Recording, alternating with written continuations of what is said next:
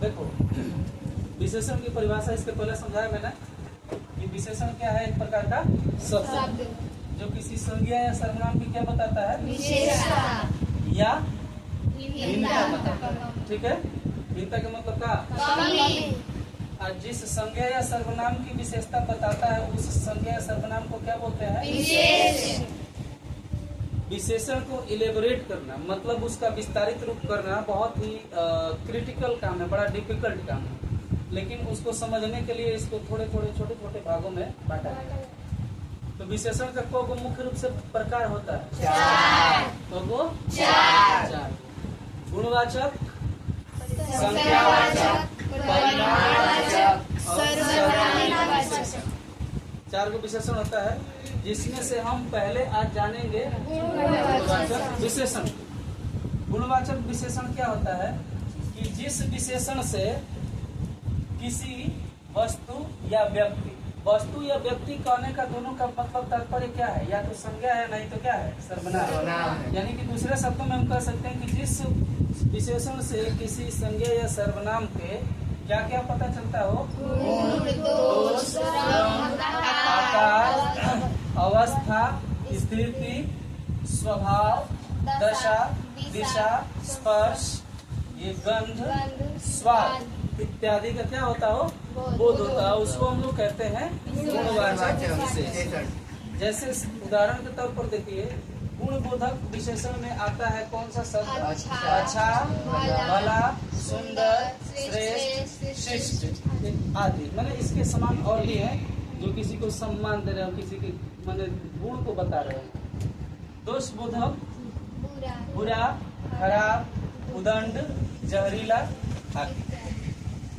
ठीक। रंग बोधक आप समझ रहे हैं, काला, गोरा, पीला, नीला, हरा, करिया, गोर, उजर। हेलो, पीछे बैठो बड़ा सा।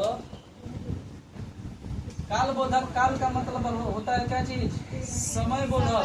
वैसा विशेषण जो समय का बोध कराए उसे कहते हैं समय बोधक या काल बोधक विशेषण।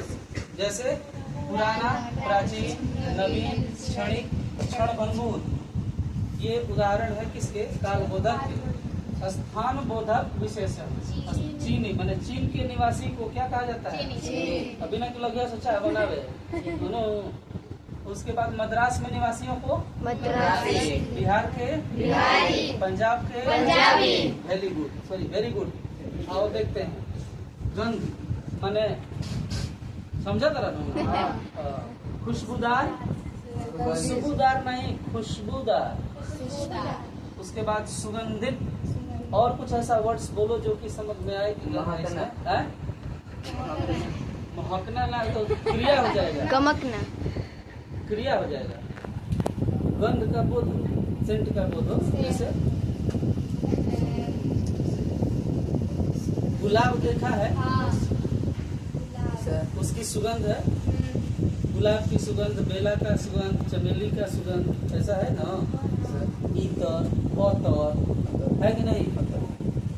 दिशा, दिशा से समझ ही रहे हो, पूरब नहीं, पूरब हो जाएगा संज्ञा, लेकिन पूर्वी हो जाएगा विशेषण। पश्चिमी, उत्तरी, दक्षिणी, यानी कि पूर्व, पश्चिम, उत्तर, दक्षिण, तो वो हो जाएगा संज्ञा।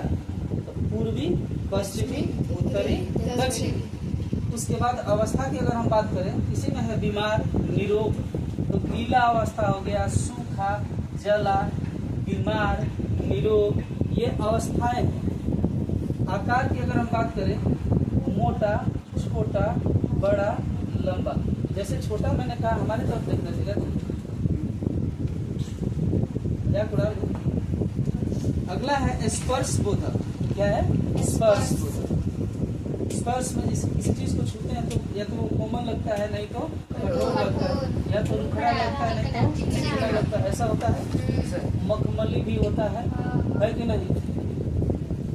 और लास्ट में है स्वाद बोधक।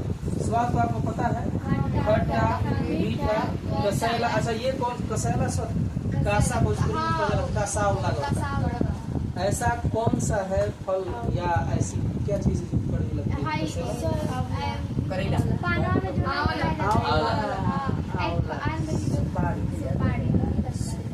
आंवला, अगर पानी पीना है, हाँ वो भी लगता है, ठीक है।